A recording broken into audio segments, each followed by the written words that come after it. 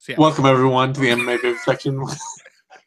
Boy, it was really getting to me, that uncomfortable silence, but I couldn't make a sound because then the camera would just fix on me, and nobody wants that. Yeah. Well, you know. Sorry. Okay, restart. Welcome everyone to the MMA Vivisection for UFC on Fox 26, UFC Winnipeg, UFC on Fox, Robbie Lawler versus Rafael dos Anjos. However you want to call it. This week, it's a really damned fun top to bottom action fight card from the UFC, and I think we're both looking forward to it. I've made an executive decision to start calling UFC events by the fights that headline them, rather than the location or anything. And this is my small, completely meaningless, and definitely very easy to do protest against the UFC, because the fighters should be more important than the promotion, right? This is true. That's very fair. I always pointless protest, really, but it feels good. As somebody, and as somebody who has to do a lot of day-to-day writing about the events, I always end up choosing the name of the city or the number, because that won't change in the lead up. So if I write a bunch of articles about UFC on Fox, Lawler versus Dos Anjos, and then Dos Anjos gets hurt a week out, suddenly all of that copy is harder to cipher. So true, or decipher rather. But we're going to get to a point too where there's been like 19 UFC Winnipegs in the last year, or like 8. I don't think we ever need to worry about that with Winnipeg, frankly. And it never works for Las Vegas events. If there's ever a fight night in Las Vegas, it's completely indistinct because every other card is in Las Vegas to begin with. There are limits. There are limits. Pros and cons. Pros and cons. That's what we're here to talk about in today's episode of the MMA Vivisection. The pros and cons of UFC naming conventions. Nah, it's for the Volkan Ozdemir fight. All exciting topics. All right. Anyway, whatever. Dumb puns aside, let's jump right into the bottom of this card because we've got a lot to talk about, and the welterweight bout between Nordine Taleb and Danny Roberts. I'm down for this fight. I really enjoy watching both of these guys. Nordine Taleb, I think, was just a hair away from being in Santiago Ponzinibbio's current position. I really think he's about on that level skill-wise, and had a very good case for winning his fight with Santiago Ponzinibbio. In fact, I went and looked at the numbers the other day. Taleb clearly outstruck Ponzinibbio in the first, got outstruck in the second, and then both men landed the exact same number of strikes in the third round. So a very compelling performance from Taleb. He is a tall, not particularly high volume, but better than he used to be Muay Thai fighter. He's got a good jab. He's got very good low kicks. He has nice footwork. He is not that easy to catch clean. In fact, it's not that easy to even get inside his space when he's fighting at his preferred range. Danny Roberts is stylistically kind of similar. He's can be a little wilder in the pocket. I think he's more willing to throw down, but he's also more vulnerable as a result. Roberts can really, really be caught on the way in. Anytime Danny Roberts is throwing a punch, that's when you have your chance to catch him. Nordine Taleb probably isn't the kind of fighter who's going to be exchanging punches with Roberts in those exchanges, but if we're talking about picking off little counters, countering naked kicks that aren't set up by anything, Nordine Taleb can definitely do that, and those are definitely bad habits of Danny Roberts. So I'm going to take Taleb over Roberts for durability, defensive skill, and counterpunching. I'm going with Taleb. All right, yeah, the defense edge really does give me pause because Nordine Taleb is a good counter striker, and Roberts' defense is a bit porous. Yeah, but I also feel like there's a volume edge here that I can't ignore, as Taleb is not much of a finisher. Mm-hmm. And Roberts probably has I would say has a fairly distinct power advantage too. I think he hits harder. Yeah. And because I think that's partially why Taleb ended up losing, arguably, that fight with Santiago Ponzinibbio. is just because if he's not really decidedly outlanding someone, I mean, that's also why he ended up with like a close-ish fight to Oliver Enkamp, even though he took it over after the first round. It was still a close back and forth fight just because he's rarely the one landing the harder shots. Yeah. And Danny Roberts isn't nearly as raw as Oliver Enkamp. And I just don't think that the defensive acumen and counterpunching is going to be enough to overcome the volume and power differential. So I'm taking Roberts. Understood. I do think, though, Taleb has that kind of style where there's a lot of parity for like who will have a close-ish fight with Nordine Taleb. It probably goes all the way up to the top 10 and all the way down to the top 50 because of his style. But it doesn't necessarily mean that, like, you know, having a close, him not blowing Oliver Enkamp out of the water like somebody else would have doesn't necessarily say to me that he's not as good as I thought. You know what I mean? No. It's just, honestly, this is a coin flip fight, and yeah. I would bet on it being a split decision, and I'm picking Roberts to land the harder shots because he's got the heavier hands and he's got those the kind of length to his arms where his punches tend to carry a little extra snap on the end of them. But, you know, it could easily be Taleb just nicking the volume edge. Or nicking, not the volume edge, but the better situational strikes. And Taleb tends to work a little slower, but honestly, like, these guys don't have a lot of unexciting fights. No. Their fights tend to be very fun to watch. So I am definitely on board for like a curtain jerker kickboxing battle that will probably be very competitive. Yeah, Roberts will definitely, if nothing else, Roberts will make it fun because he goes out and tries to put hands on people and do so consistently. And neither guy is that. Taleb's more likely to try to change the direction of the fight, get takedowns. But Roberts has shown a good active guard and is good at scrambling, and Taleb is not a lockdown top control guy. I'm looking forward to it. I like this fight a lot. That brings us to a welterweight bout, Jordan Meehan versus Erik Silva. And, I mean, I love this fight. I wanted this fight to be booked. The perennial, what the hell do we do with these guys now matchup? Yeah, and it's such a battle of fragility and totally different fragility, you know? Like, they're two superb athletes, two fast guys with power, with technique, different technique in different areas, you know, Meehan being a much better technical, by-the-numbers kickboxer with real power there, Silva being a much better technical grappler with speed and great technique there. And they are both just so breakable in the cage. For Meehan, the big problems all seem to be in his head. That if he stops getting the fight he wants, if the fight gets difficult, if it doesn't feel like just the right kind of controlled kickboxing battle, Ken quits. And for Erik Silva, the problems all seem to be in his head and that his chin is bad. And it kind of sucks for him too, because Erik, your weakness is all in your head. No, I mean literally, your mandible is very weak. Yeah. I feel for Erik Silva in that too, because for years the problem was his gas tank.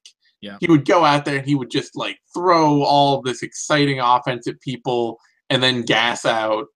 And if he didn't win immediately, he'd lose a battle of attrition where he would just end up tired and exhausted and, you know, either get KO'd or just flopping and whatever. Just got ugly. Not just his gas tank, but like his control, his discipline was a big issue. Yeah. And now... And then he's fixed that slowly. He's become a more cautious, more careful, more calculated fighter. And in the meantime, his chin is gone. So now he'll fight a really decent, controlled fight minute to minute and then get cracked at any point and just absolutely dropped. Sometimes he can battle his way back from that. He's obviously, you know, he has the ability to recover from flash KOs, but I gotta pick against him here just because, like, it really seems like the first hard shots he eats in a fight are dropping him. And Jordan Meehan, like, that's just not enough time to get Jordan Meehan out of his game. Because Meehan's going to land hard shots early. And I think if he sees Silva go down from those, it'll help boost his confidence and roll him forward. So I'm picking Meehan to win. But if Erik Silva does bounce back and doesn't go away and does try to grapple and make this fight messy, Meehan could just up and decide he doesn't want to do it anymore and get subbed. It probably says something about me that I would ever be this invested in such a matchup, but it will be a little bit like watching somebody walk a tightrope because there are so many ways this could go wrong for either guy. Jordan Meehan gets that one good shot off in the first round, drops Erik Silva. Does it bolster his confidence? If he can't put Erik Silva away, what happens to his confidence then? Is it worse than ever before? Can Erik Silva adapt to Jordan Meehan if he doesn't get put away in the first round or hurt in the first round? I mean, most of the guys who finished him recently have been in the second or third. That they've had kind of a slow start with Erik Silva.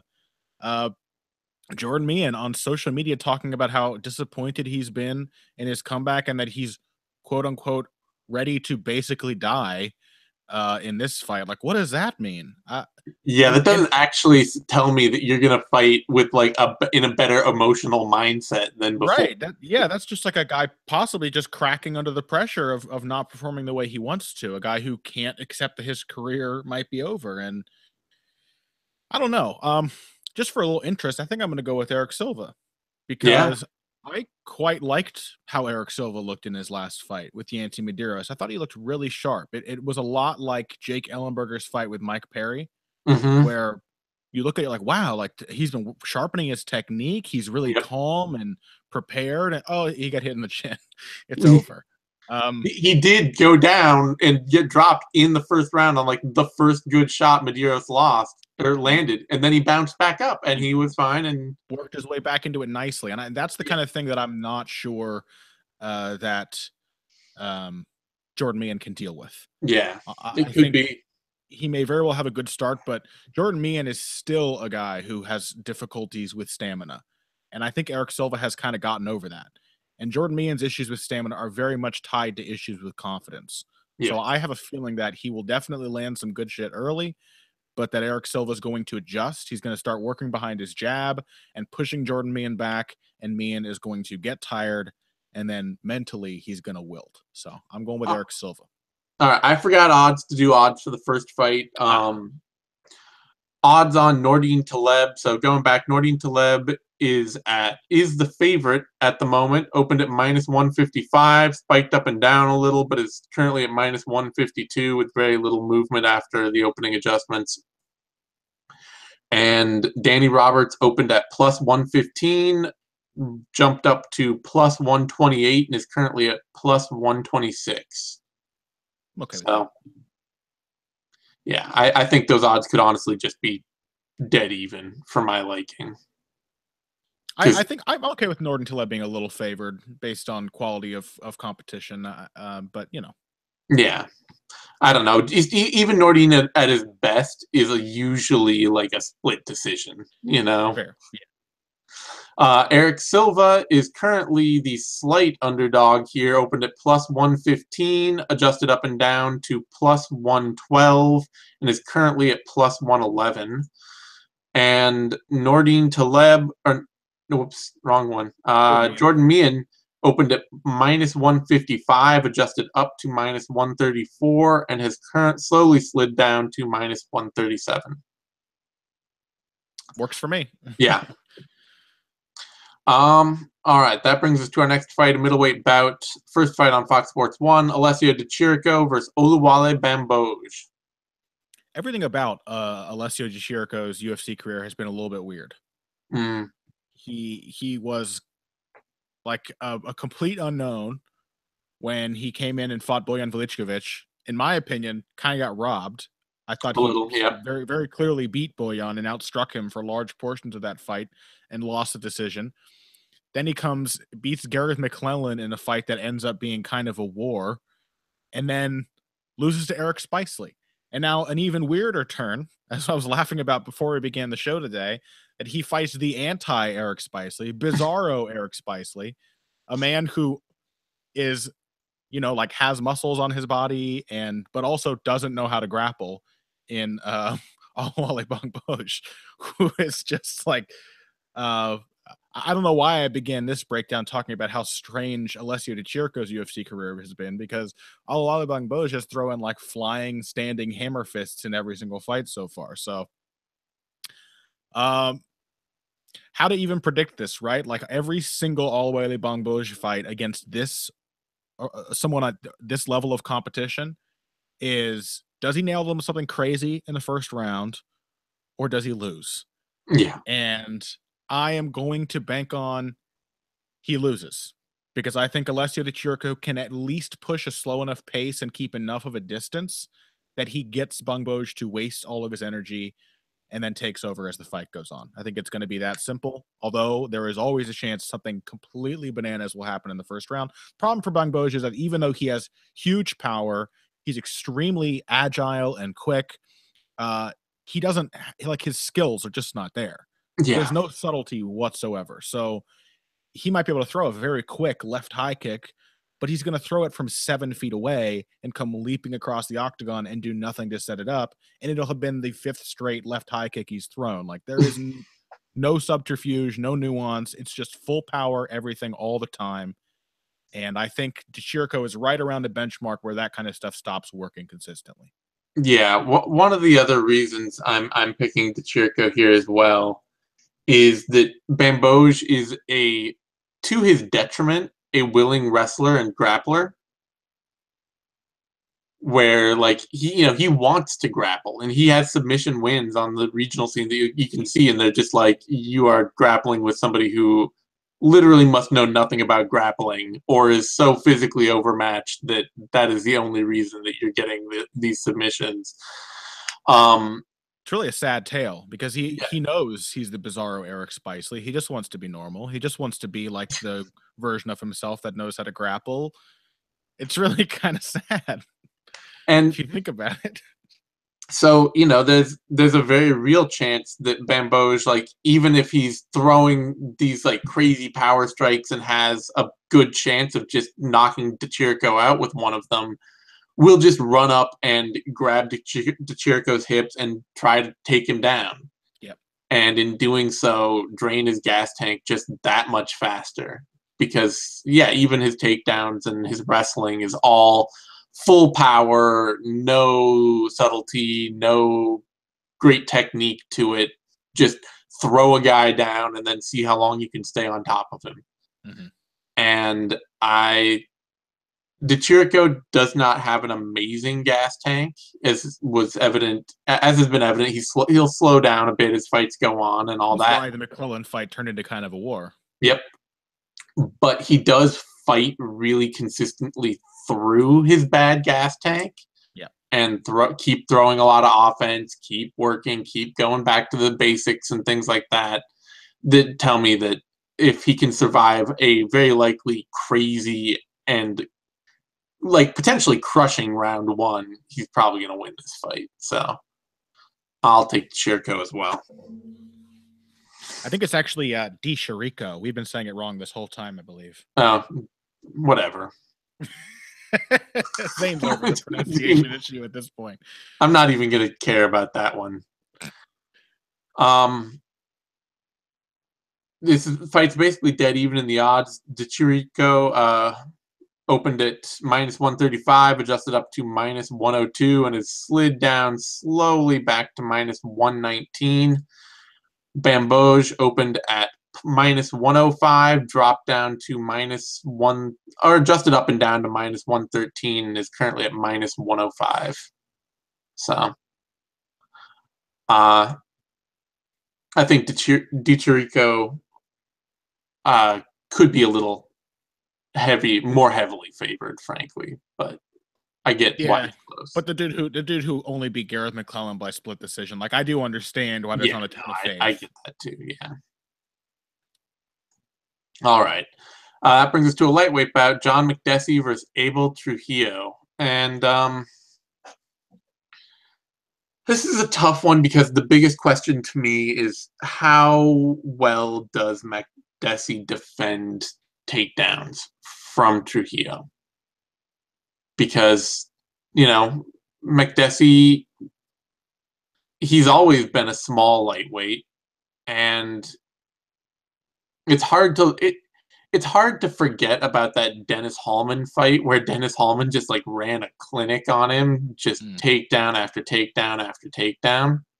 Remember how good Dennis Hallman was? Yeah, People forgot about that dude. He was pretty legit. he was. Anyway, sorry, digression. Yeah, but I have to pick Makdessi here just because Trujillo's not a bad wrestler, but he's not a great wrestler, and he's not, especially not a great dominating wrestler. Like, he's good at getting somebody down and then just not quite doing enough to take over the fight once he's got them down. Like, if you're just awful off of your back, he can make stuff happen. If you're not, then it's just going to be kind of, well, he's winning and hitting takedowns, and that's about it. Mm-hmm. I'm going to bet on Makdessi being especially fleet of foot enough from range to keep Trujillo from getting in on his hips too easily for the most part. Then after that, Trujillo obviously hits hard and Makdessi can be KO'd, but I really think that Trujillo's striking has slowly backslid over his time in the UFC, probably in large part due to his time under Henry Hooft just breaking his confidence. Oh, he's also no longer under Henry Hooft. I think he hasn't been for the last couple fights. He's got a new boxing coach, but I thought they said he's still training. He's training at the CES, or wait, no, CES something different. Combat Club is Combat Club is Hooft. So yeah, he's not under Hooft anymore. I definitely remember them saying he wasn't when he fought Vic, and his strike that's true. Notably unimpressive against Vic. Yeah, and well, it's kind of I feel like the reason he backslid is because of Hooft, but it's going to be hard to regain that because it was never like he was a great technical puncher. He just had confidence in throwing power, and then lost that confidence as he would get into brawls, and it's just kind of a mess. Yeah. So I feel like Makdessi can stay elusive enough to stay on his feet and to pick Trujillo off, mostly because Trujillo just doesn't have enough of the range tools that classically give Makdessi problems in fights. And without those range tools, he's probably going to be a little too predictable on his shots and too willing to just stand and look for big winging hooks. And I think Makdessi can make all that work for a decision. Yeah, I'm a little worried about John Makdessi still. Oh, I am too. I mean, I think he's taken some hard losses lately. He has absorbed quite a bit of punishment, even in the fights that he's won. They've been close.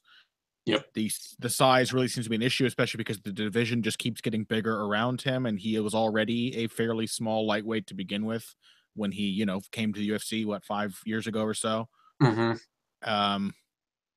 And I every time I think of Abel Trujillo, the one fight that always comes to mind is that Jamie Varner fight. That's the kind of thing that could totally happen to John Makdessi in this fight, especially because one of the great disadvantages of his size as a striker who loves his long range tools is that even to get into his jab range, he's often stepping into the power arc of his opponent's punches. Yeah. He has a hard time fencing with people when they're all using a sword that's twice as long. So yes. I'm a little concerned about that, but Makdessi does also have a lot of other tools from long range, the kind of stuff that James Vick was using to give Abel Trujillo trouble. And Trujillo didn't come close to solving the problem of James Vick in that fight. Yeah. His only recourse was really to run desperately after him with sloppy naked takedown attempts. And I think it's very likely. In fact, I will make a strong prediction and say that at some point, Abel Trujillo is going to hurt John Makdessi in this fight, and it's going to get a little messy. But other than that, I agree with you. I think Makdessi can bank the rounds while Trujillo kind of swings at air for about 80% of the time they're on the feet. Yeah, like I just don't think Trujillo's even the dude who fought Varner anymore. Like, no, I don't think so either. His striking wise, his I totally trust agree. Like to sit down on those punches and to like really step in and be dangerous seems like it's just evaporated. Yeah, he used to be a guy who would come in behind 2 or 3 hard hooks, work himself into the clinch. Like he would try to push people back and beat them up. And now it's kind of like one and done. There's a lot of desperation and yeah, something's happened, whether it's confidence or technical training or what. But I agree with you. He's definitely not the man he was when he was signed to the UFC. Yeah, which is why my biggest question, honestly, about this is how well can he just wrestle Makdessi? If he can get in on Makdessi and just hold him and get him down, then he could win it. But I don't think he's effective enough even doing that. Like I trust that Makdessi is good enough at defensively to stop that from happening. Maybe that's wrong, but I'm giving that some faith. Kind of bummed out now. Sorry. I'm kind of bummed out by this fight breakdown. Maybe because I really like John Makdessi, and it makes me sad to see him also sliding down, you know? Yeah.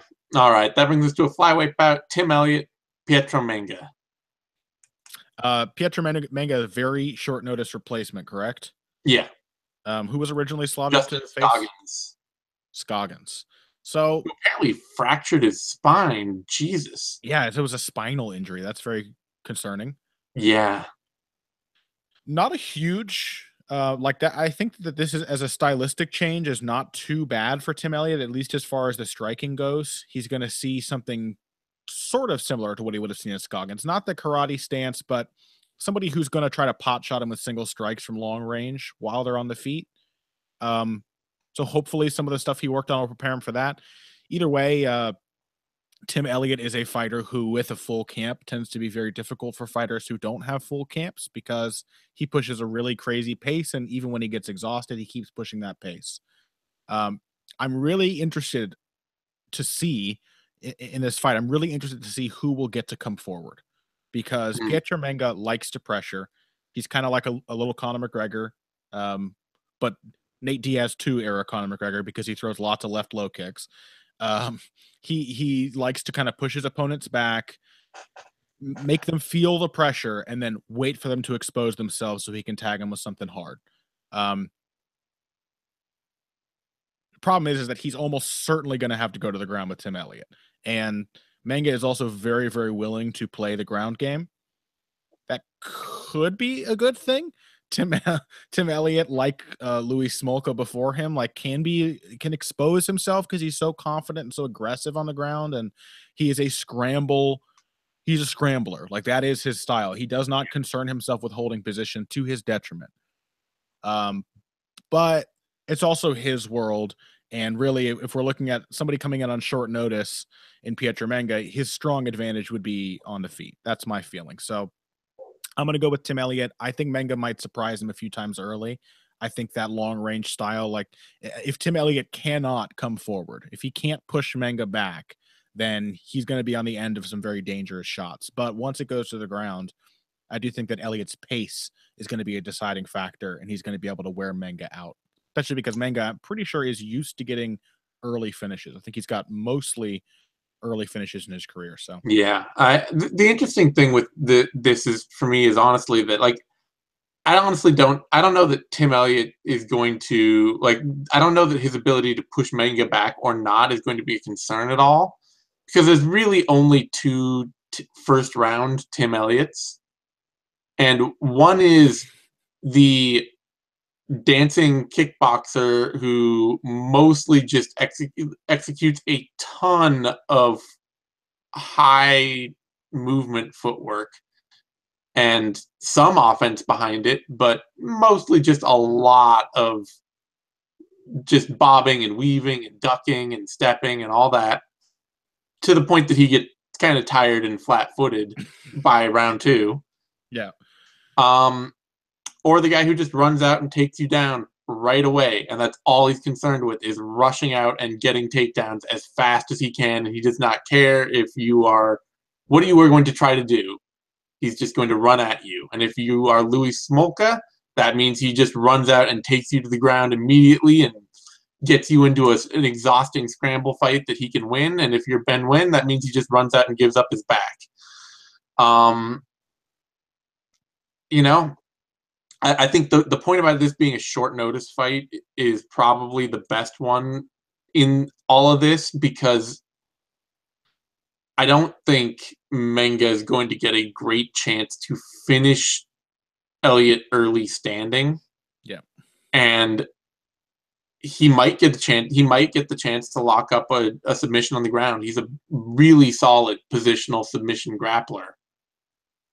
But I'm not going to bet on Menga by first round submission. And if it's not going to be a first round submission, Elliott will get tired, but he will fight exactly as hard, tired, and he'll do it for 15 minutes without problem. Like he's got a bit of that Andrew Sanchez thing where it just seems like he's not really aware of how tired he gets, and he pushes the same pace, tired or not, but he's much more capable. Like, he doesn't get nearly as tired. Yeah, I don't think he has, for a guy whose style bears a lot of resemblance to like Dominic Cruz. Yeah. At least in his footwork movements and his weird bent over posture and all this goofy stuff that he does. He's definitely got Cruz's like gameness, his ability to fight through being tired. I don't think he's yet figured out that Dominic Cruz is never quite as tired as he looks. Yeah. I think nobody you have to run sprints like Dominic Cruz, and you have to have like all of these little mental patterns about how to reset yourself and how to control your breathing mid-fight. And Tim Elliott doesn't have that, but he's still very much Tim Elliott when he's tired. It's also worth noting that something else that Tim Elliott has not taken away, and that a lot of fighters have not taken away from prime era Dominic Cruz, is that there's a lot of footwork without a lot of energy expending offense to it, which Elliott does have that standing, but he does expend the energy somehow.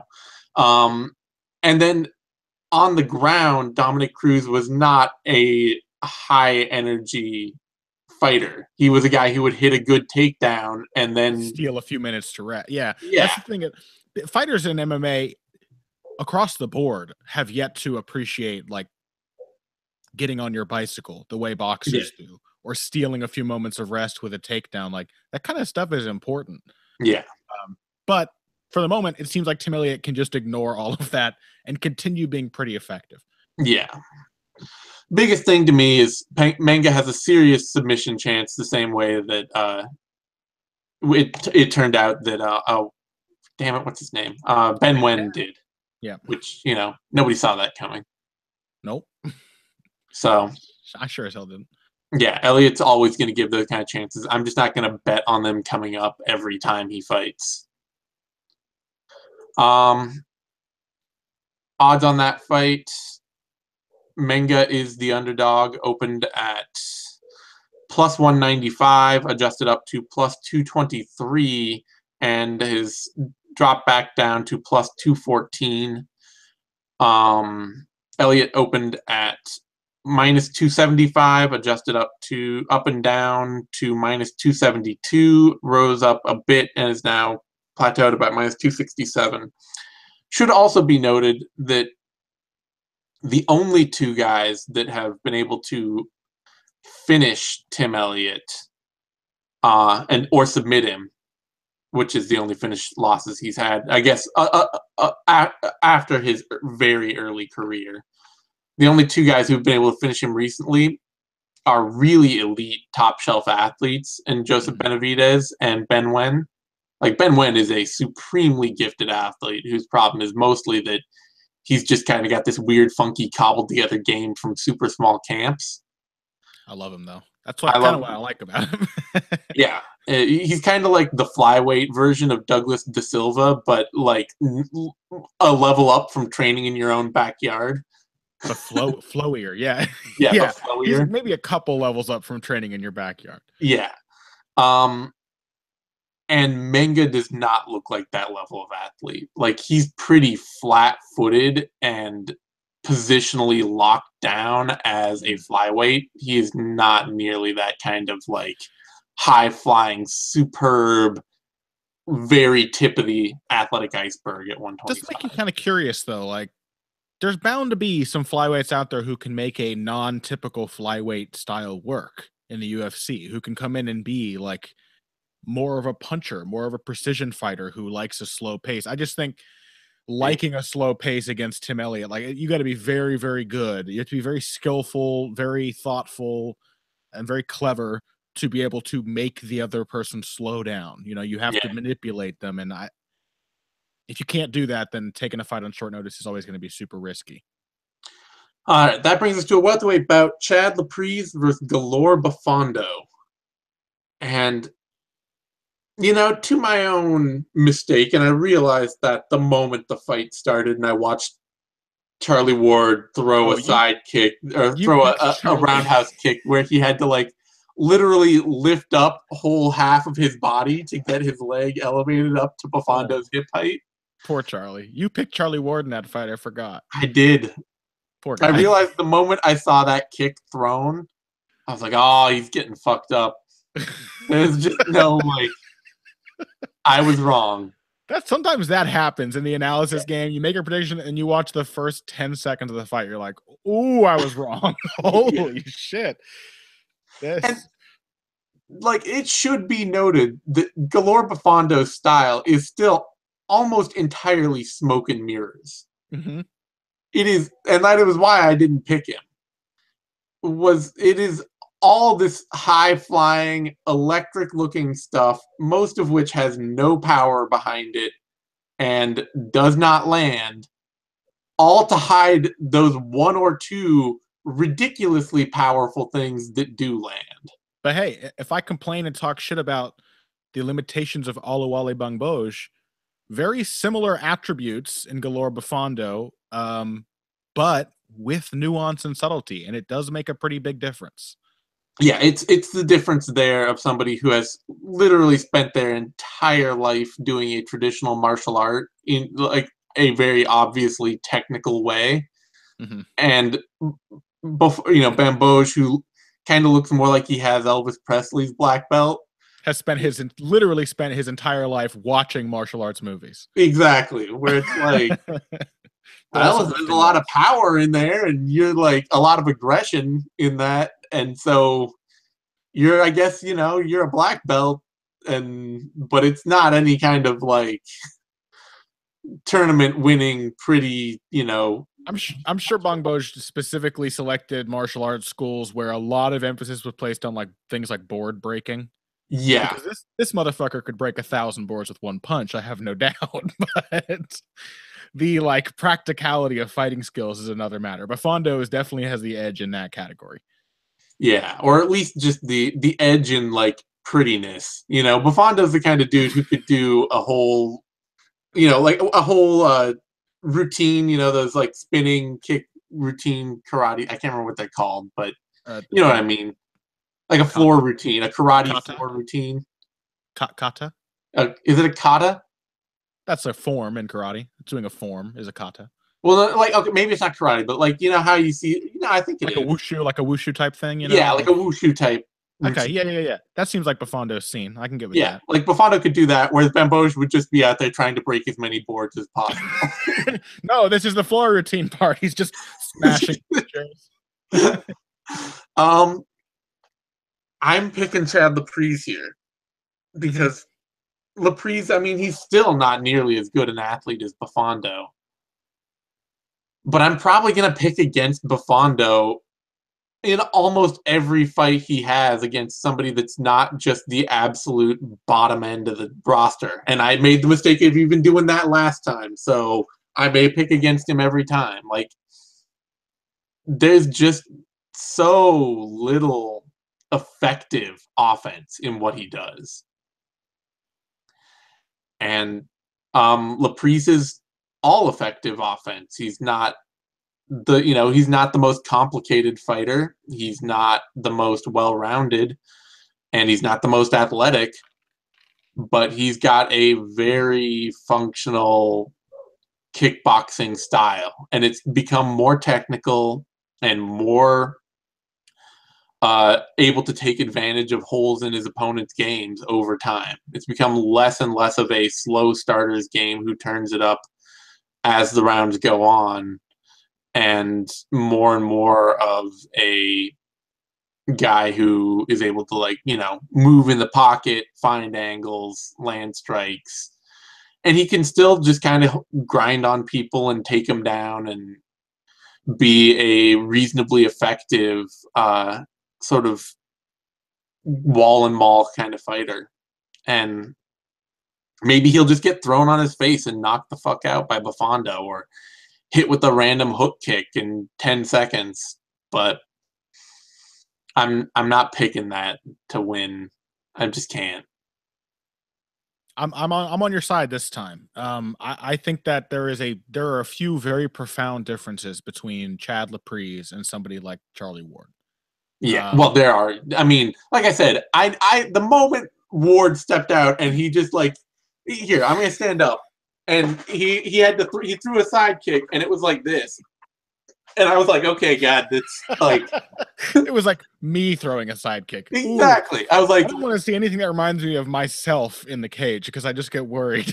Yeah, that was the point where I was like, okay, I fucked up. Like, yeah, there's obviously just a baseline ability to move one's body problem here. Chad Laprise does not have the kind of speed that Bofando has, but unlike Charlie Ward, he does have a certain amount of speed born of skill and long practice. He's actually very, very quick because he throws his shots like he's loose, he's not tense, and then he just kind of snaps off a quick punch or a quick kick. He's very quick with his attacks because he is a technically well-rounded fighter. He's put together.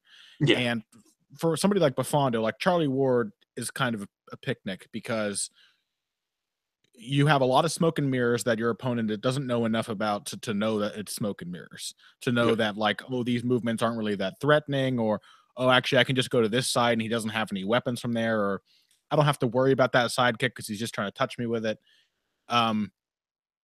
Charlie Ward was easily corralled into a long range fight where he was basically just he had no choice but to telegraph his every single intention to a fighter who was way too quick and had a very specific set of skills designed, not for getting his daughter back, but for catching Charlie Ward. Galore.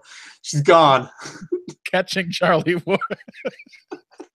Poor guy. Yeah, he didn't have the right set of skill.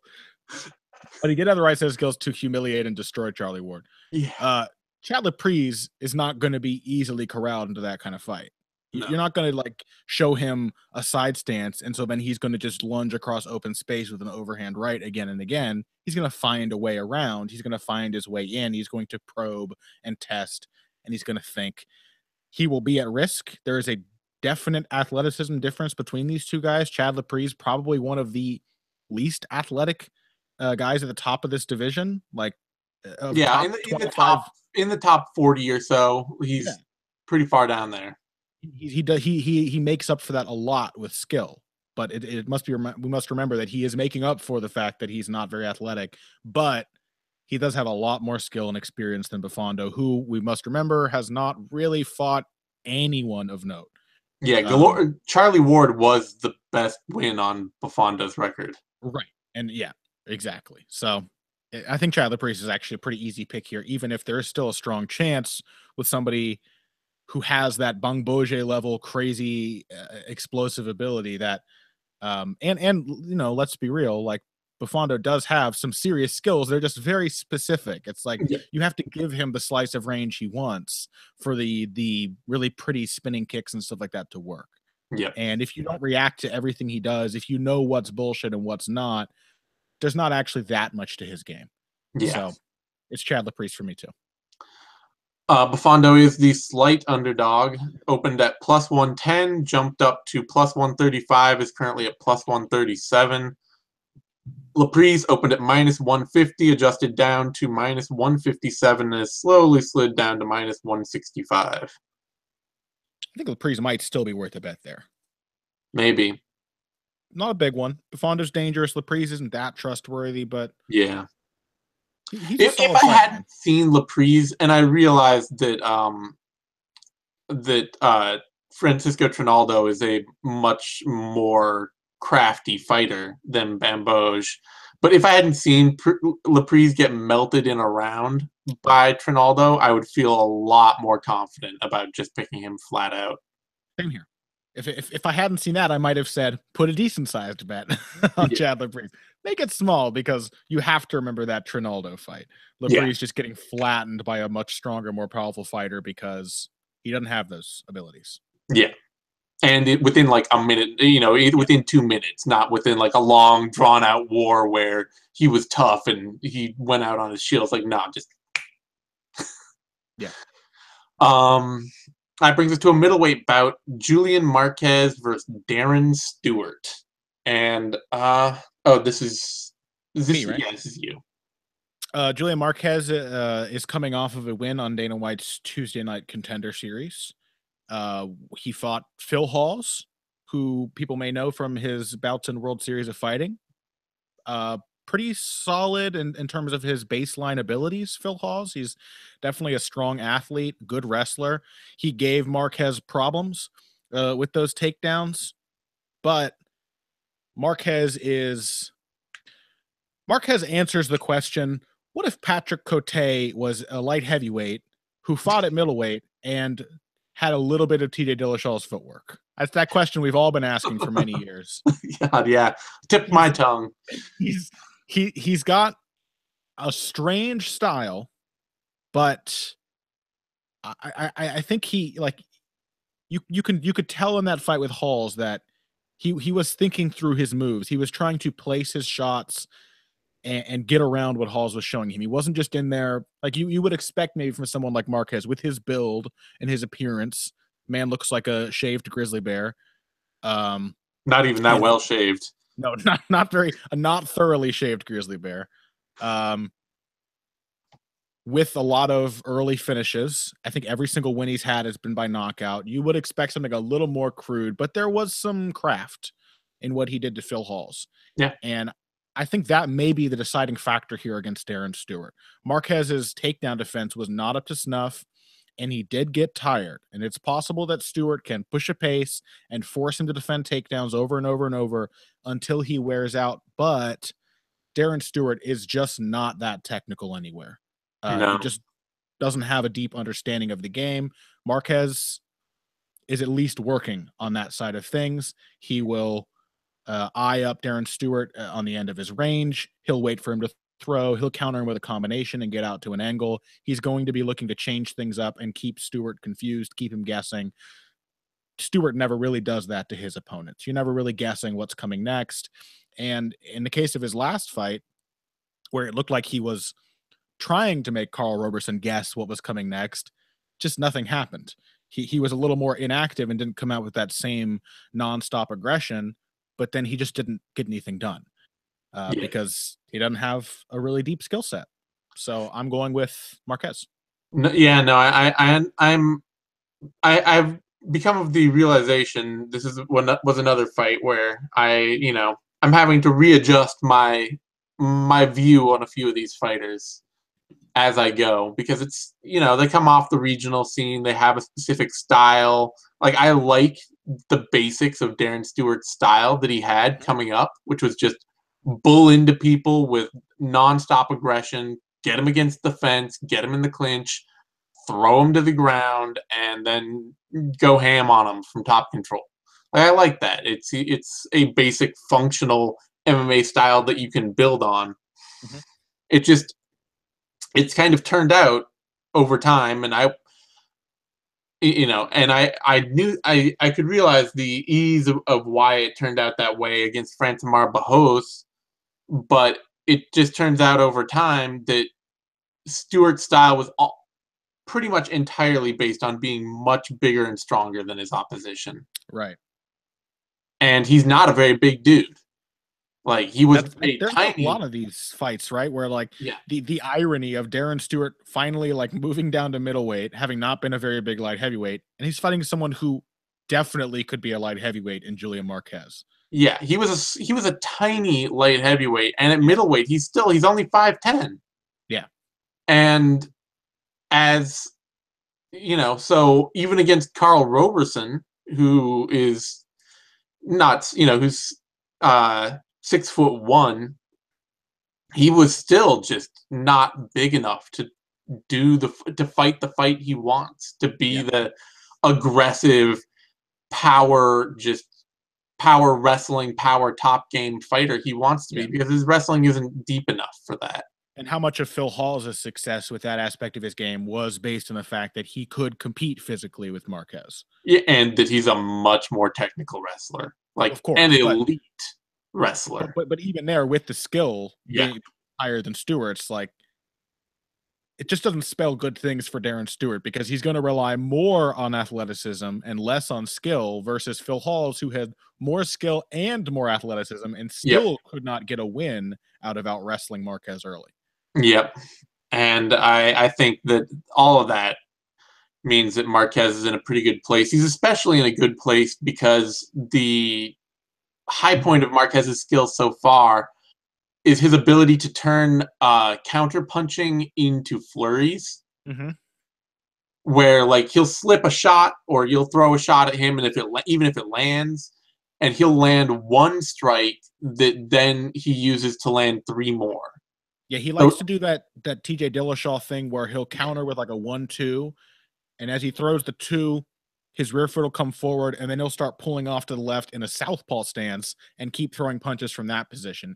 Yeah. These weird little shifty moves where he's not just accepting that there's an opening, I'm going to hit it.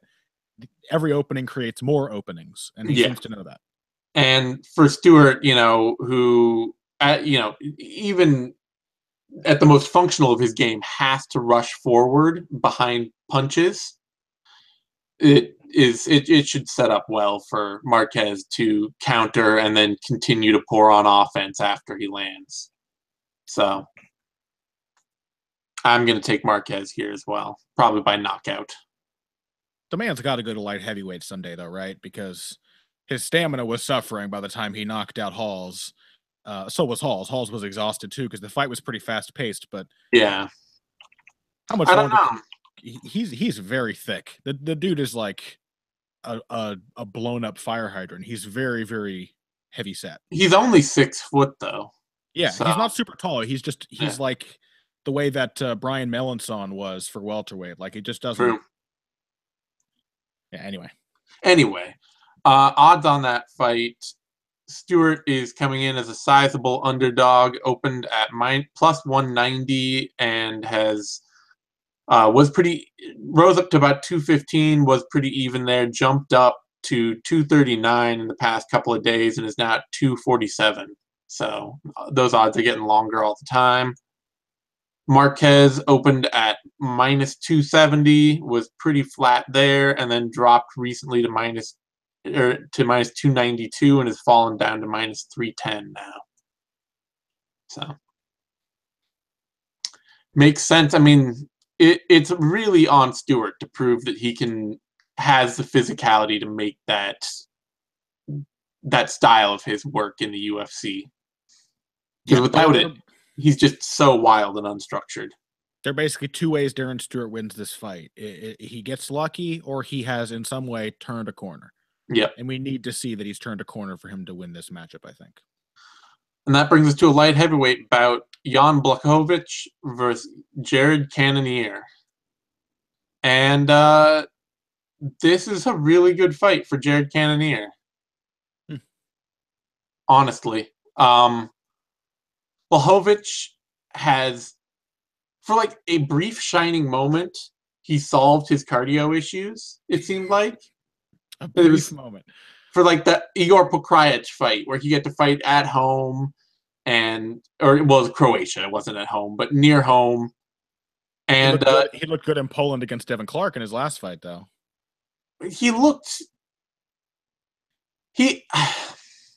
The cardio. Okay, back to the topic of the cardio, because that is the thing that was only there for the Pokrajic fight. Yeah, that was only there for the Pokrajic fight. Because in the Clark fight, going back and watching that, I was like, wow, this is really a Jan Blachowicz paced fight. Because all Devin Clark could do was wait way outside, where Blachowicz could throw huge body kicks, or leap forward behind these momentary bursts of offense, which even caught Blachowicz cold a couple times and almost knocked him out.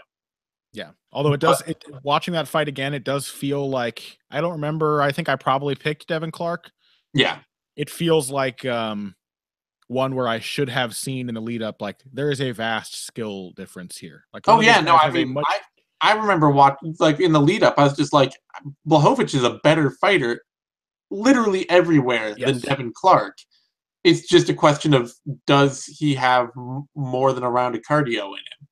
And what we didn't realize was that Devin Clark has 0 tools to fight at range. Right. And so the only thing he could do was sit and wait and let Blachowicz have the pace of fight he wanted, and then fight in these short bursts of offense that completely gave away the fact that Blachowicz is a better technical fighter.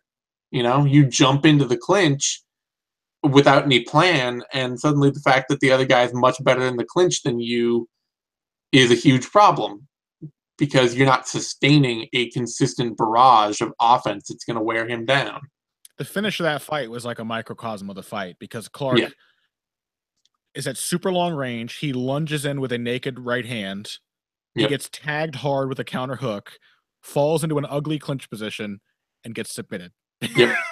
Like none of the finer details were taken care of whatsoever. No. And I remember watching that live, and I was like, Blachowicz just choked Devin Clark like Clark got out of hand at a keg party. And like, that is exactly how it looked. It was like the way a referee pulls a fighter off of another fighter. Like a bouncer choke. Exactly. It was a bouncer choke. Like, that dude's getting wild in the club, and you need to escort him outside, and it's the, like, completely just, like, let me pull you out the door and kick you out into the street choke. Love it. The thing is, though, is that it really was, all about Blachowicz getting the pace of fight. Because you could watch in that fight, too, like, Blachowicz, he's getting this slow pace, and his back is turning all pink, and he's getting all sweaty, and I love how red he gets. When Blachowicz is about to get too tired to continue, because he gets extremely red. He gets so white guy tired. It's that specific tiredness that only white guys can have. And I should know. Irish, and is he getting drunk between the first and second rounds? Yeah. Because how has it become so pink since the beginning of this fight? And Cannonier, like, he has tools to fight from range. He has a long 1-2 that he will just throw on infinite repeat, and an educated left hand that he can loop around his opponent. And then he can just fight at that pace for 3 rounds. And Blachowicz doesn't have the wrestling to change the dynamics of that fight. So he's got the technical kickboxing to hang with Cannonier for a round. But if Cannonier just goes out and consistently presses his range striking game in the exact fight that Blachowicz wants, he's going to wear him out and start tagging him hard. So probably won't knock him out, just because Cannonier, for all his power, tends to be a very evenly paced fighter, just minute after minute, and Blachowicz has a great chin. But I'm picking him going away for a decision.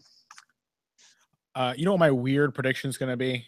What? This is not going to happen, and there's no point in me saying this, but I think Blachowicz is going to get submitted in the 3rd round, because he's going to take Cannonier down. Because Cannonier's takedown defense is terrible. Is awful. And Blachowicz will go for takedowns and work top position. He does have some confidence in his top game, but at the point he gets those takedowns, he's going to be so exhausted that Cannonier just triangles him. Or Cannonier does have a very good, solid guard. Yeah, something like that. Because Cannonier's guard is sharp. It's actually pretty damn good. It's the reason that he can be taken down so much, and probably the reason he doesn't spend nearly as much time on his takedown defense as he needs to become an elite fighter. Yeah, because he's very good defensively off his back, but it doesn't win you rounds. Yeah. I think this will actually be like quite a bit of fun to watch. Oh, yeah. Feet, because as you noted, Cannonier is Cannonier is going to be in the same kind of fight Blachowicz had against Devin Clark, with a relatively slow, even pace at a long distance, except in this case, both guys like that kind of fight. Both guys have a lot of options in that kind of fight. Cannonier, I think, quicker, a little sharper and more willing to put his punches together than Blachowicz, who still to this day, unless somebody is just running after him, doesn't like to let combinations go. Probably because he knows he will exhaust himself if he does. Yep. But Cannonier, I think, is going to put just enough mild pressure on Blachowicz to slow him down as the bout goes on. By the third, I think Blachowicz is going to be a little desperate. And I think he's going to take Cannonier down and get submitted. Why not? All right. I like it. I like it. Odds on that fight. Jared Cannonier is currently a reasonable favorite, opened at -215, adjusted up and down to -177, and then has plateaued out at about -186. And Jan Blachowicz opened at -165, adjusted up and down to about -154, and has evened out to about +150, or +154, and has evened out to about +153. So not a lot of movement on those lines once they got past their initial adjustments. And I like that as Cannonier as a reasonable favorite, but not a huge one, just because his takedown defense is so terrible, and his game is not so diverse that you just can absolutely trust him in any fight. Yeah, and it's important to reiterate that it is the kind of fight both guys are good at. So Cannonier is going to hang there a lot better than Clark did, but like Blachowicz is a sharp counter puncher. He could absolutely catch Cannonier getting predictable with his 1-2 and catch him with a left hook. Like throws huge body kicks. Yeah, he's going to have opportunities here. Yeah. And that brings us to the main card, Fox and light heavyweight bout, Glover Teixeira versus Misha Cirkunov. And this is me, I think. I've lost. We're not any good at keeping track of these. No, anymore. This is you. Okay, it's me. Good. Well, now that he's been knocked out by Volkan Oezdemir, Misha Cirkunov is never going to be the same. We know that already. He's done. His career is over. Nobody comes back from that shit. What happened in that fight? We haven't really got a chance to talk about it since, because Cirkunov hasn't fought since. But if you listen to the internet, he took a dive. He didn't take he did, but he got hit in the ear with the tiniest punch ever thrown before taking that dive, and it wasn't exactly voluntary. Yeah, who takes a dive by getting knocked out by that punch? They always do this. There were people saying Overeem took a dive against Ngannou. I know. Who would willingly offer their chin up for that fucking hellfire missile of a left hand? Who would take a dive that way? Yeah, and for Overeem and for Cirkunov, like, you're looking at guys who are trying to rise, who are like looking at title shots, who are looking at getting to a career apex goal, and they're gonna run that over for Volkan Oezdemir and yeah, the UFC. There's a lot of money. A lot of money is interested in Volkan Oezdemir. Yeah, he's got mob connections to the Danish mob. The well-known Danish mob. There probably is one, so scratch all that. But anyway, it almost certainly is, and it almost certainly has a very silly name to pronounce. It probably has like an O with a strike through it. It's probably pronounced like it's instead of the mafia, it's like the mufia or something like that. Anyway, Cirkunov is still, I assume, a very good and very promising fighter. He got booped, but up to that point, like, Cirkunov has had very few underwhelming performances in his UFC career. I don't think he's had really any. His striking is pretty smooth and educated. He's a pretty solid boxer. He is not as great a takedown artist as maybe I thought he would turn into when he first came to the UFC. He does tend to kind of like tie up and have to fight people in the clinch to get them down. But he's very, very good once he gets them to the ground. His top game is exceedingly dangerous, and it seems really well integrated with the rest of his game. He can be opportunistic with his submissions because it's like it's so instinctive. He just flows right into his top game as soon as somebody is in a compromised position. Glover Teixeira is a really interesting benchmark fight for him because he kind of offers a lot of the same threats as Cirkunov himself. He's a strong wrestler who's not quite as good at getting takedowns as you want him to be. Different style. It'll be Teixeira's single legs against Cirkunov's like trips and sweeps from the clinch. Cirkunov, I think, is going to win this fight by outboxing Glover Teixeira. Because I think he's going to do an uglier version of what Jared Cannonier tried to do to Teixeira, but he's going to be able to stop the takedowns. I think Cirkunov is a good enough boxer that if he works his jab and keeps Teixeira at range, he can mostly relegate Glover to pretty predictable, the like 2 or 3 predictable counters that he has more and more relied on in the late stages of his career. When you throw something at Glover Teixeira, he's going to try to cross counter with the overhand right, or he's going to try and throw the left hook, or he'll try to do one and then the other. But that's really all he tends to do these days on the feet. There's not a lot of subtlety and creativity. Now more than ever, I think Teixeira needs to hit takedowns to dominate his opponents. And otherwise, he's kind of stuck in a firefight with just about everybody. Remember, like Cannonier hurt him badly at the end of the first round of their fight when he got about 20 seconds of time on the feet.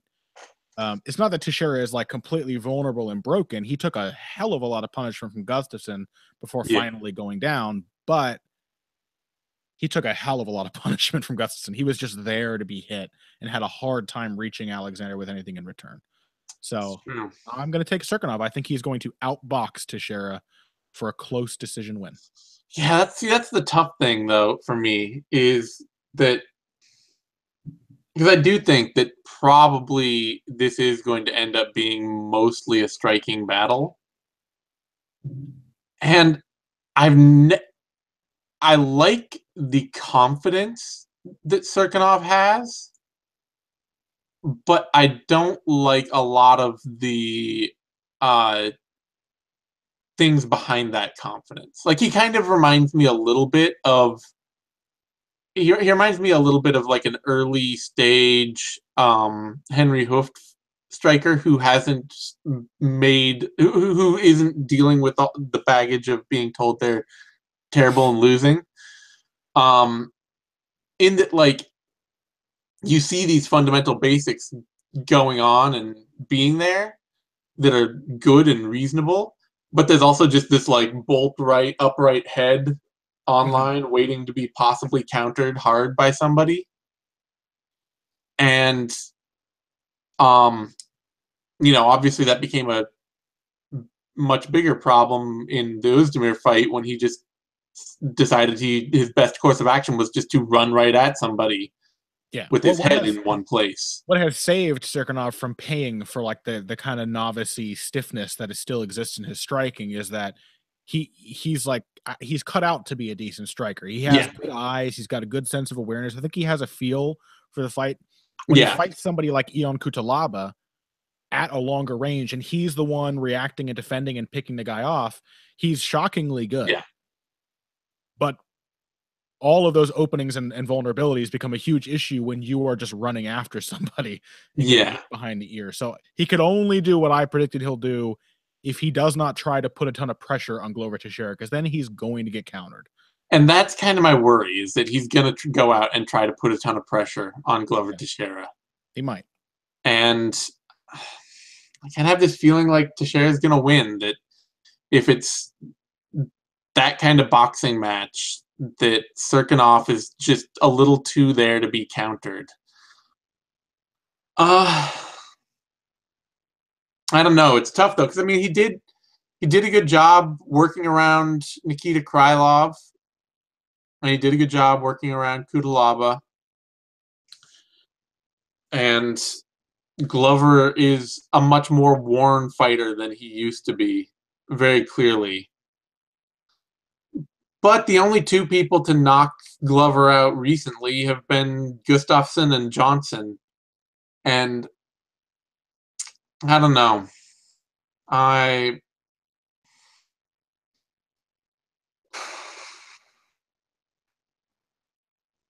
going to pick Glover Teixeira to keep the gates closed. I'm not going to like doing it, but I just get this feeling that Cirkunov is going to run himself into something hard again, and we're going to be watching this another potential top prospect who just does not get over that veteran test the way that he's supposed to when he's supposed to. So I'm going to pick Glover Teixeira, and I'm going to do it by KO in the second round. I like how inconsistent we are with picking methods. I don't think I've done it for a single fight all card. Teixeira by KO in round 2?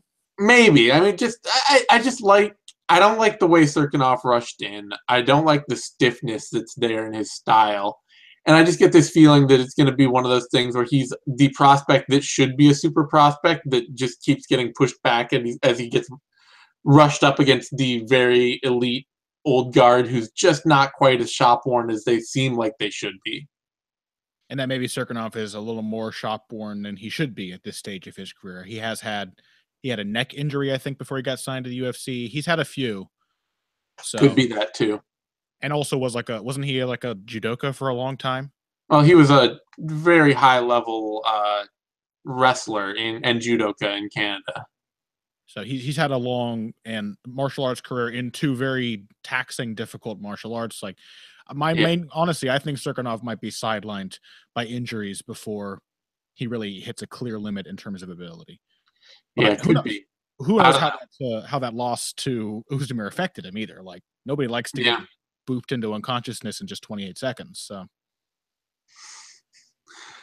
well, Zane likes it apparently. Yeah, no, whatever. Sorry, was zoning out for a second. Daydreaming about our next fight, perhaps. Yeah, odds on this are Cirkunov is the favorite. Opened at plus 115, dropped down to minus 133, and has now up to minus 166. So slowly moving moving wider on Cirkunov. Glover opened at minus 155, adjusted up to plus 106, and is slowly drifting up to plus 138. Close works for me. I wouldn't be upset if Glover Teixeira was favored either, but close works for me. Yeah. I don't trust either guy at the moment. Which of these guys' last fights was worse for their long-term health, though? Probably Glover Teixeira. Oh, easily Glover Teixeira's. The man took about 1,000 ass whoopings in the space of like 23 minutes. Yeah. No. He only took 1. Easily Glover Teixeira's. I don't know. I get the feeling of like we see at heavyweight all the time where it's like Tybura versus Verdum. Like that's the feeling I'm getting here. Albini Arlovsky. Yeah. Kind of Albini Arlovsky, where it's just like, yeah, this young guy or this younger fighter has some of the skills that should make him a potential elite heavyweight down the road, but he's still kind of stiff and still kind of has trouble. And this old vet is just not quite as shop-worn as you want him to be. Mm-hmm. So that's the feeling. The conveyor belt in these upper divisions is broken. Like there is no progression towards the title or towards contendership. You come in, you have an okay performance against who knows what level of opponent, and then you're just in the goddamn mix and figure it out. That brings us now to welterweight bout Santiago Ponzinibbio, Mike Perry. And this fight, this is a great fight because that both guys are going to make it a great fight. And especially Santiago Ponzinibbio, because he is going to be there to try and Ponzinibbio is going to try to win. Mm-hmm. Perry is going to start out trying to make this a great fight, And whether he does from then forward is entirely up to chance. Yo, Zane, I saw you've been playing Simon Says back in your training camp. What do you think that's going to do for you? You like that piece of trash talking brilliance from Mike Perry? He came out for their stare down, and that was his prepared remark. I saw you've been playing Simon Says. What you think that's going to do for you? All right, Mike. That's especially good for me because I thought you prepared it just for me. No, I'm even less creative than Mike Perry.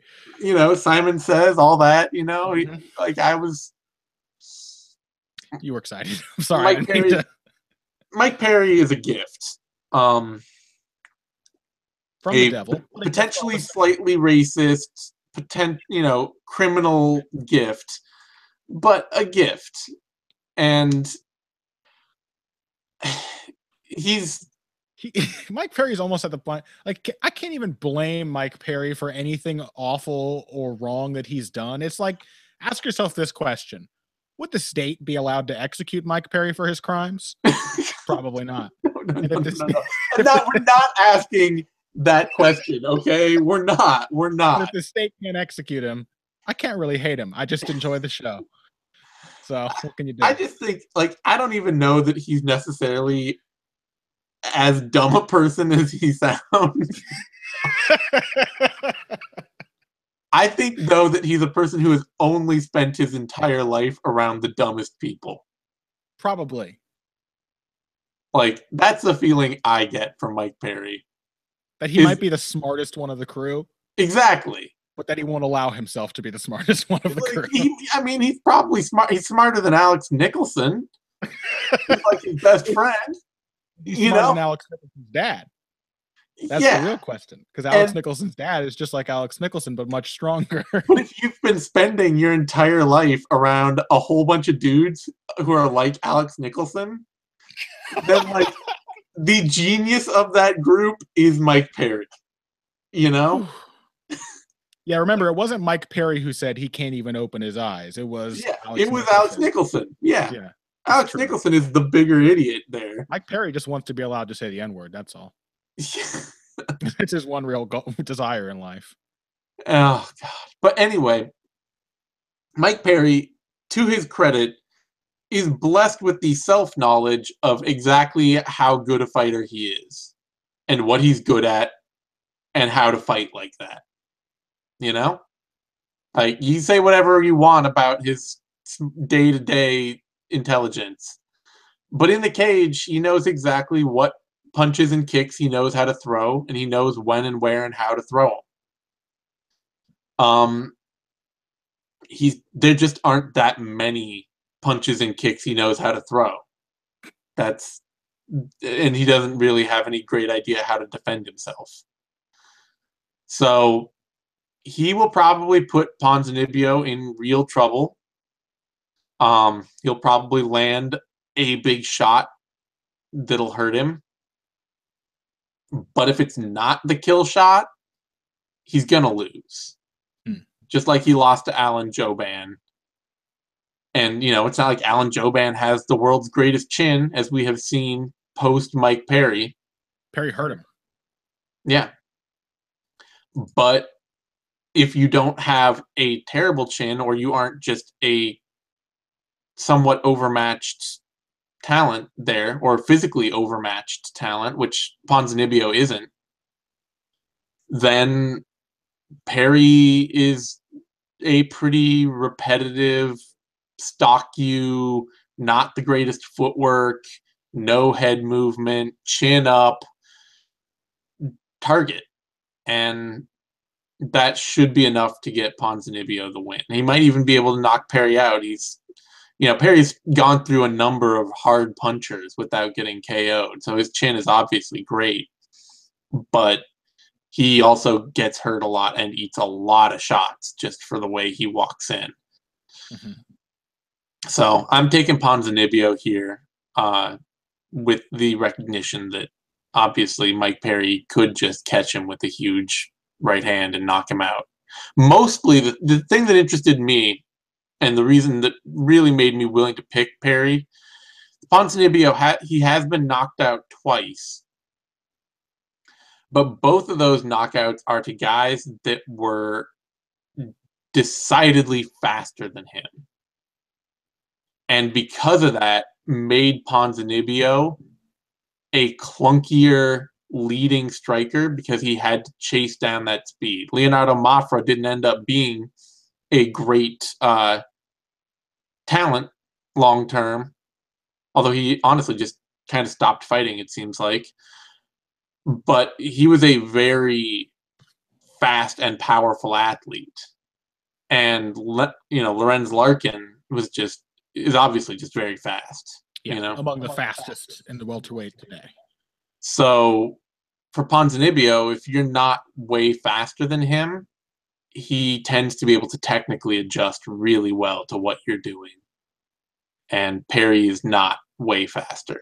He's just more powerful. I'm gonna add a little bit of flavor to more or less the same analysis you just gave. Spice it up a little. Knock it up a notch. Yeah, I'm gonna bam it up a notch here. Santiago Ponzinibbio, whether or not he can beat Mike Perry for me depends on sort of how he approaches this fight. I mean, I think both guys have sort of a 50-50 chance if they just engage in a brawl and decide to trade. That, well, maybe it's a 60-40 Mike Perry there because he's more durable and probably more powerful as well. Although Ponzinibbio can crack, and Ponzinibbio is also a sharper puncher. But the big question is Ponzinibbio going to engage in that kind of fight, which I think is the kind of fight he'll get if he tries to push Perry back, or can he replicate what Jouban did? Because I think Alan Jouban fought a really, really good fight against Mike Perry. He did exactly what he needed to do for 3 rounds. And a big part of that was not trying to knock Mike Perry out and just throw punches at his head constantly. It was to sneak in a punch to the chin now and then while making him chase you and simultaneously worry about everything else you were doing. A big part of Jouban's success, I believe, was working Mike Perry's body. He hurt Perry with a liver kick at least once in that fight and was very effective with his body kicks throughout.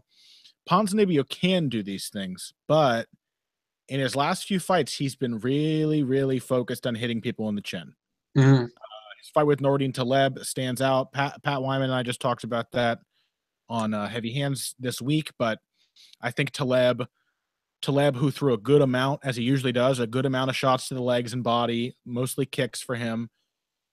I think Ponzinibbio threw like 96% of his shots to the head. He's very, very focused on that boxing. And that's the kind of tactic that's risky because it is. Anytime you can hit Mike Perry with your fist, anytime your fist can touch his chin, his can do the same thing to yours. And Ponzinibbio tends to need to adjust to most of his opponents. He doesn't tend to come out and do his best at the very beginning of the fight. His skills will kind of look sharper and more keyed in as the fight goes on. So if Ponzinibbio approaches this intelligently, if he kicks Mike Perry's legs, if he tries to make Perry chase him and pick him off using his very good footwork, which is something he's very capable of doing, then I think he's going to win this fight. But it becomes a lot dicier whenever he agrees to exchange in Mike Perry's range with hands alone. So it's true. And Perry will force Ponzinibbio to make that decision quickly because Perry will just run right at him and try to back him down. And if Ponzinibbio just stands and meets him, then he faces that 50-50, 60-40 proposition. And otherwise he has to be prepared to retreat and to snipe. Yeah. And that's my concern because Ponzinibbio is not unhittable.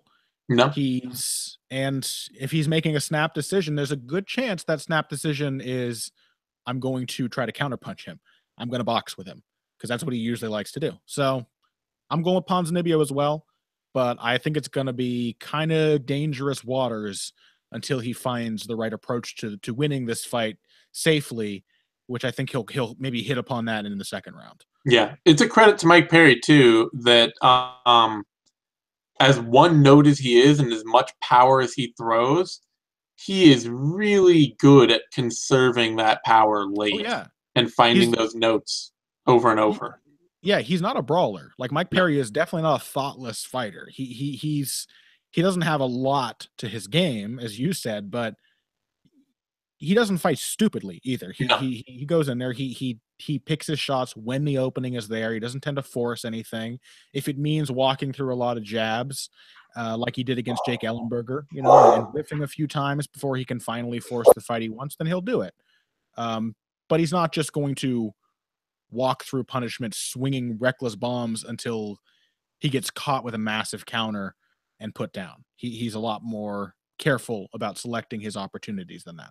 So, yeah, it's I definitely think Ponzinibbio should have the decided edge here, but it's going to be a careful fight for round after round. Like, he's got to make this. I looked these two guys up on Fight Metric, and it was like significant strikes landed per minute, 4. Significant strikes absorbed per minute, 4. And it was like that for both of them. So it does kind of suggest Mike Perry is going to have some serious opportunities to put Ponzinibbio away in this fight. Yeah. He's so, like, the technical depth is so lacking that it's hard to pick him as against, you look at the guys that he's beaten, and it's Alex Reyes, completely overwhelmed newcomer. It's Jake Ellenberger, who was more technical and having a lot of success before, but doesn't have a chin anymore. Danny Roberts, that's a good, solid win, honestly. Like, that is somebody who, but was also just kind of physically overwhelmed. But that's a mark of Perry's physicality. Yeah. Because it was, Roberts had the more technical fight. He was the more technical fighter, but just could not. But he couldn't hang stop getting physically. Caught. He couldn't stop getting caught by Perry. And every round would end with him getting hurt until the finish. And that's because, like you said, I think there is a credit to Mike Perry that he knows himself. Yeah. Like, he knows, like, I'm not going to be a more technical this guy. I'm going to have to absorb shots getting in there, but I'm going to keep creating chances for myself to do what I do. Yep. And you can beat an objectively sharper fighter in Danny Roberts doing that. And then the Young Yu Lim fight, where Lim is just, it's Mike Perry without knowing himself. Mike Perry in an existential crisis. Yeah. Is Young Yu Lim. The point being, they're like, as he gets to the elite, I'm not convinced that to more and more elite talents like Jouban even, and Jouban, is arguably not even that elite. I have less and less faith that the things that make him so able to beat the lower end carry. Mm-hmm. Odds on that fight, Mike Perry is the slight underdog. Opened at plus 125, adjusted up to plus 159, is currently at plus 161. And Ponzinibbio opening at minus 165, moving down to minus 188, and is now at minus 194. So those odds are actually starting to get slightly longer on Ponzinibbio. If they get significantly longer, Perry's always worth a bet. And this is a style matchup that gives Perry chances. So it does, yep. That brings us to a featherweight bout: Ricardo Lamas versus Josh Emmett. And this is you. This is me. Yep. It's kind of a weird one because right off the bat, my instinct is to say Ricardo Lamas, obviously, as the third best featherweight in the world, the guy who has just consistently been at the top of this division for the last several years. That's him. I do wonder though, what's. We just lost. Connor was wondering about something having to do with Ricardo Lamas. I have no idea what. You were wondering. I was wondering, how long will I be able to stay on this call before it drops out? What are the specific skill advantages? What are the specific skill set advantages Ricardo Lamas is going to use to bully Josh Emmett? He can take him down, but Ricardo Lamas is not the greatest takedown artist in the world. He's got a nice single leg game. He can chain wrestle quite well, but he tends to abuse people with takedowns when they're really not on his level. And I don't think that's Emmett in terms of takedown defense necessarily. I think he can at least scramble his way back up, although he may definitely give up a submission in transition. That might be one of the things Ricardo Lamas is really going to be looking for, is Emmett to belly down and give up his back or his neck. Emmett throws at a higher volume than Ricardo Lamas. Much higher. It's about double volume on Lamas and tends to land more. And, you know, I don't know. I think it's going to be kind of a tight fight all the way, but I cannot escape this overwhelming feeling that just Ricardo Lamas is just better than Josh. Well, I have the answer for your question at some point. So, yeah, please. You want me to answer it? Please. The thing that Ricardo Lamas can really do better that I think is going to get him the win here is change tempo. That is what Josh Emmett cannot do. He throws a lot of volume, but all of it comes at the same speed, with the same power, with the same sort of leaping in on a straight line intention. Yep. And for a top, and Lamas has made it part of what makes his career is that he has that second gear. He has the ability to land the light shots and the hard shots, so that when you're Dennis Bermudez stepping in on him, throwing all the same speed of power shot, he can just pick you off and knock you down and submit you. And I think that's what it is. I mean, I think this is a lot. This is a lot like the kind of fights where you look at it and you're like, "Oh, Ricardo Lamas isn't really winning any of this fight up until the moment that he knocks somebody down and submits them." Yeah, no, I 100% buy that comparison to Dennis Bermudez. Like, that's has always been a big issue for him. And Ricardo Lamas, like Jason Knight, had the same problem. He didn't know how to change up his timing. He didn't know how to disguise his intentions.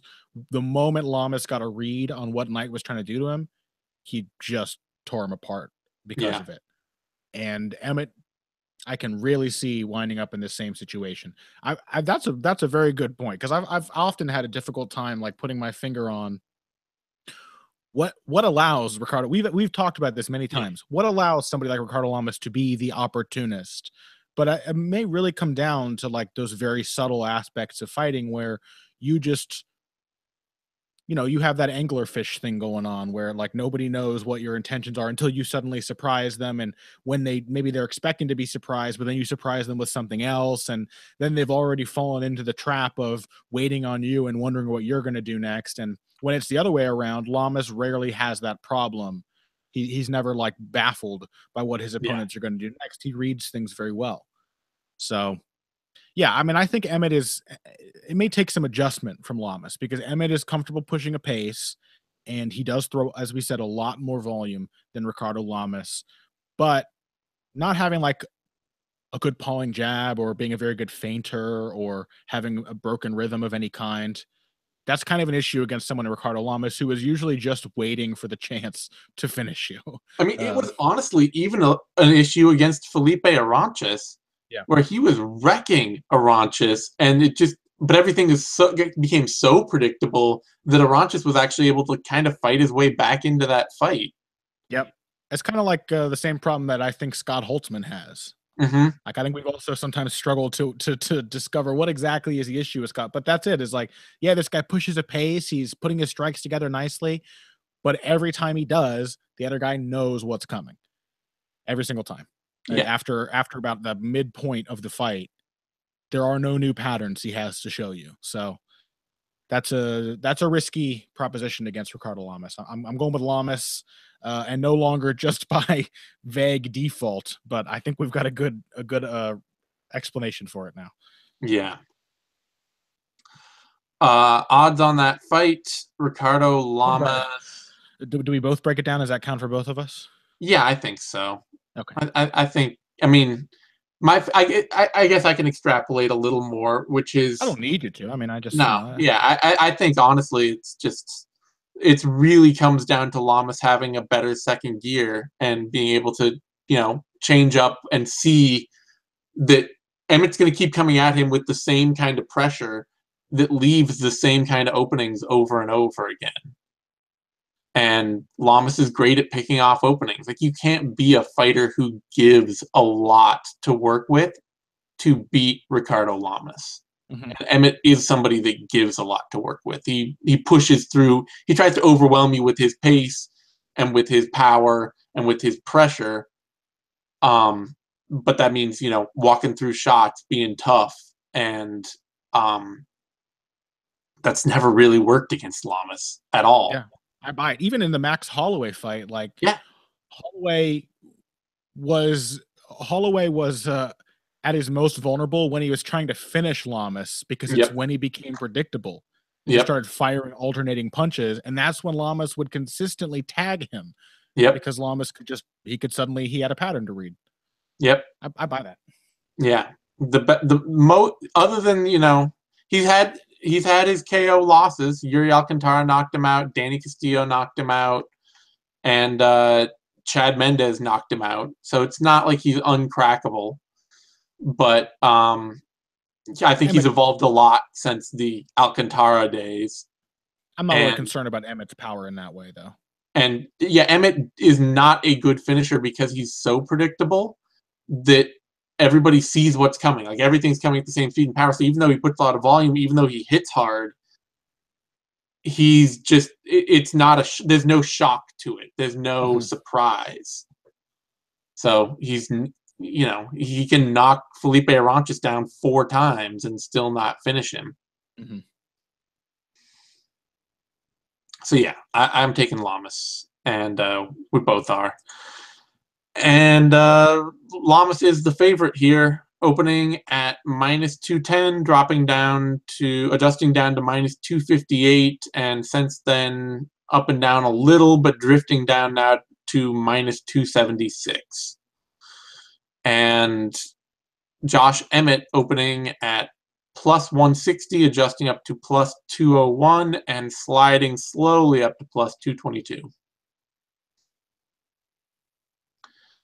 Yeah, I think Emmett's going to make this a fun fight for as long as it lasts. So yeah, I don't dislike him in this, but it's just not, he doesn't have enough extra tools in his kit for me to see him beating Lamas. Not enough depth for Lamas.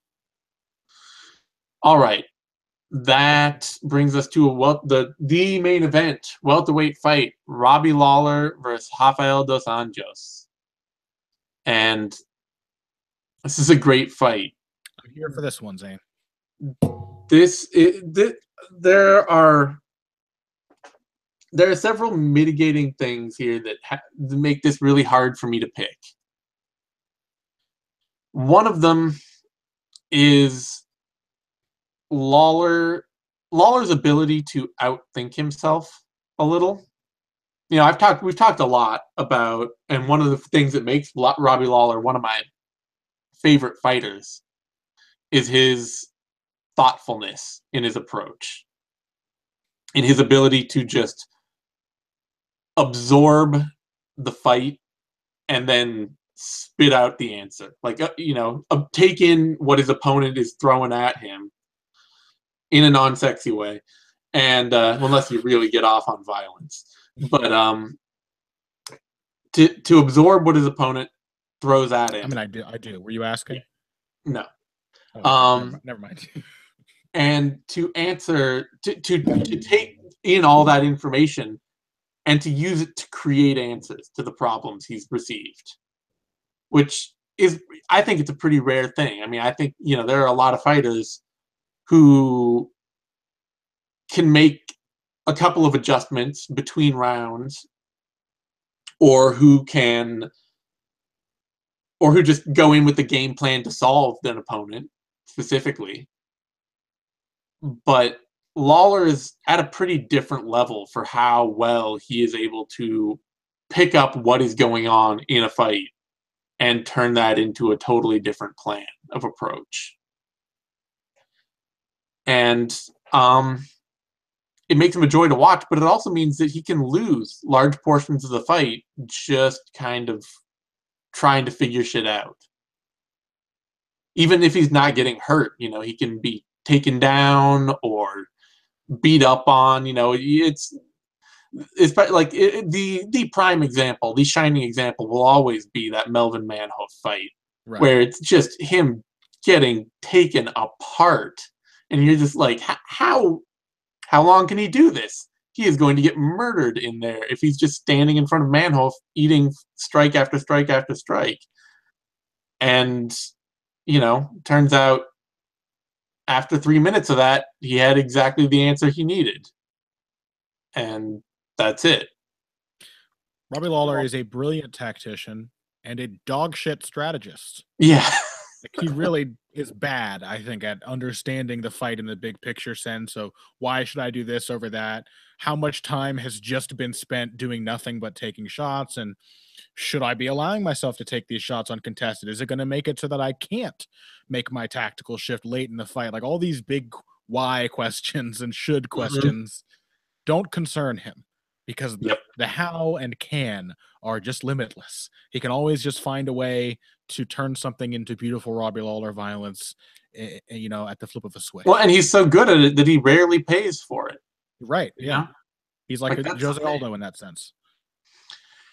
And so the question then is, what does Rafael dos Anjos, how much can Rafael dos Anjos offer before Robbie Lawler finds the answer? And at welterweight, I'm less sure of that than ever. Because I just don't think that... I mean, dos Anjos has never been a huge power striker. You know, he kind of got, like... He got the... Jason High and Benson Henderson knockouts, and then the Donald Cerrone body kick KO thing in the space of a few years, and it kind of made everybody forget that for his entire career, those are like 3 of the only knockouts in his entire career. I mean, I think he's definitely a respectable hitter. Yeah. He has speed and he has form, is what he has. And he's strong, but it's not like a consistent one-punch threat that scares people. You would expect that to be even less profound at 170. Yeah, and I feel like it is a little less profound even at 170. So it's all about... A lot of it then becomes a question of, for me, does he shut Lawler down in the clinch? And does he get takedowns? Because Lawler can be incredibly hard to take down, but it's also kind of dependent on what kind of, like, what's the process going on in Robbie Lawler's mind. Like, does he think it's important to not get taken down? If he thinks it's important, then he won't let you take him down. If he doesn't think it's important, then he'll absolutely just give up a takedown to Donald Cerrone and spend half the round on his back, because he lit Donald Cerrone up already that round and was just like, well, fine, I can be safe and guard and not have to worry about this. It's no big deal. Robbie Lawler is a coy motherfucker, isn't he? He really fucking for a fan favorite, like, what is going on inside Robbie Lawler's head at any moment? Did you see this the thing Brett Okamoto tweeted out the other day? I did. Where it's just like, you know, I hate talking about all this fight stuff you want me to talk about. And so Brett Okamoto was like, well, what do you want to talk about? Or what do you talk about when you're hanging out with your friends? Oh, we'll talk about that. And he's like, I talk about all this fight stuff you trying to get me to talk about. Like, yeah, any moment in a fight or outside the cage, Robbie Lawler he's difficult to figure out, man. He's an interesting character. I feel like I have the feeling that Dos Anjos is going to come out trying to clinch control and take down Robbie Lawler. And I think it's something that Lawler is going to expect. And I think that makes me have to pick Lawler. In part, I just don't think that RDA is strong enough and bullish enough to take over in the clinch, which is actually one of the places that I think Lawler fires most on automatic without having to do a lot of thinking.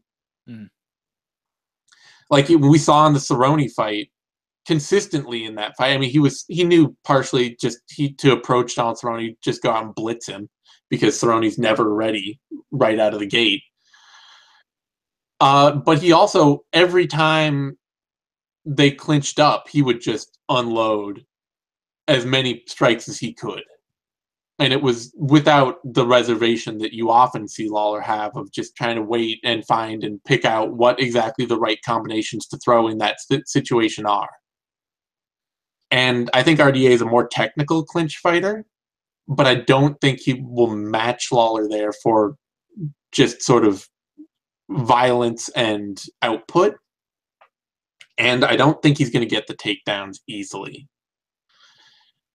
And without that, I think this just slowly becomes more and more of a Robbie Lawler fight, where he gets the reads on RDA's offense and he starts to take over into the third round. So, or the fifth round. 5-rounder. Especially like with that much time to work with, I have more faith in Robbie Lawler finding the answers he needs over time. Yeah, but also with that much time to work, that's a lot of rounds for Robbie Lawler to give away before he hits upon those answers. It's true. And that's kind of the Robbie Lawler move, like these but days. Part of it, I think, is that I just don't think Dos Anjos can be dangerous enough to make that to really cost Lawler the rounds. Like I don't think he can do what Condit did, or what what Rory McDonald did, where like if Robbie Lawler is having an off round, or what Johnny Hendricks did even, sure, then those guys are there to really put it on him, land heavy shots, hurt him, make the fight ugly or make the fight that kind of difficult for him. I don't feel like RDA quite has the powerful style to do that, or the constant whirlwind of a Carlos Condit to do that.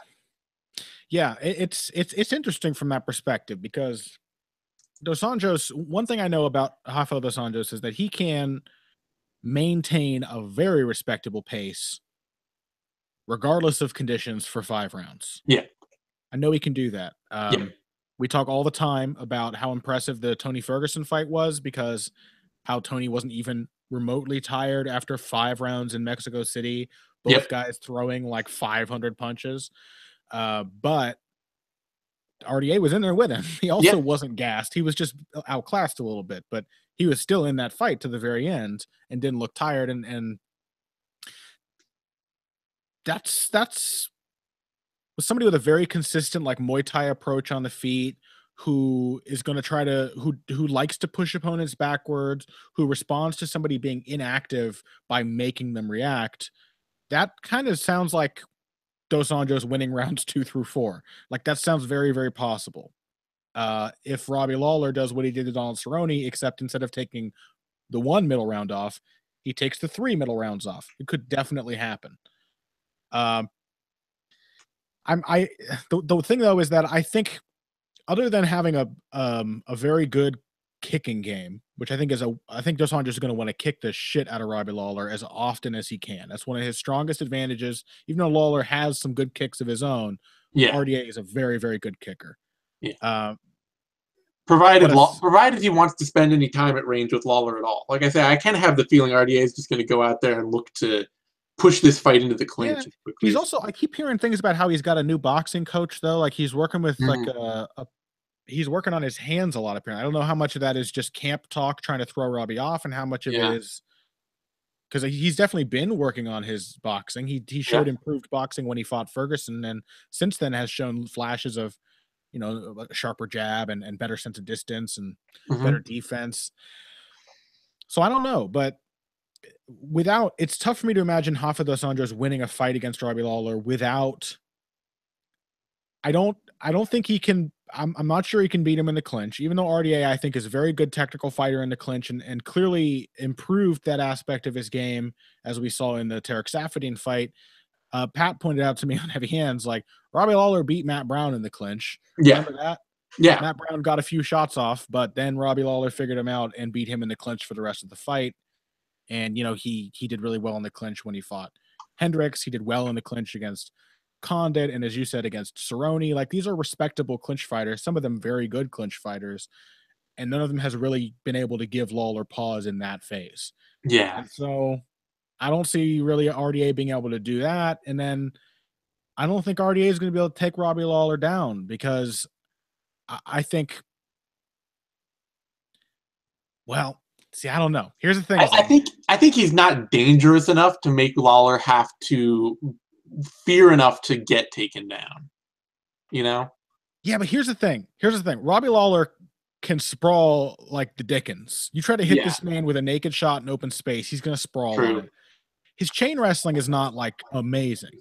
When he's actually tied up with somebody, his wrestling has visible flaws. It's really like his athletic ability, his reads, his preparedness that allows him to stuff those naked takedowns.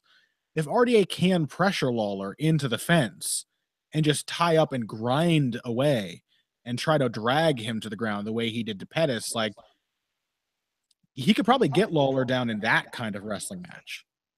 Even, because you don't need to be, like, he's not going to out-explode Robbie Lawler at range with his wrestling. He doesn't have that game, but he might be able to, after 2 or 3 rounds of pressing, start dragging Lawler to the ground just through, like, attrition.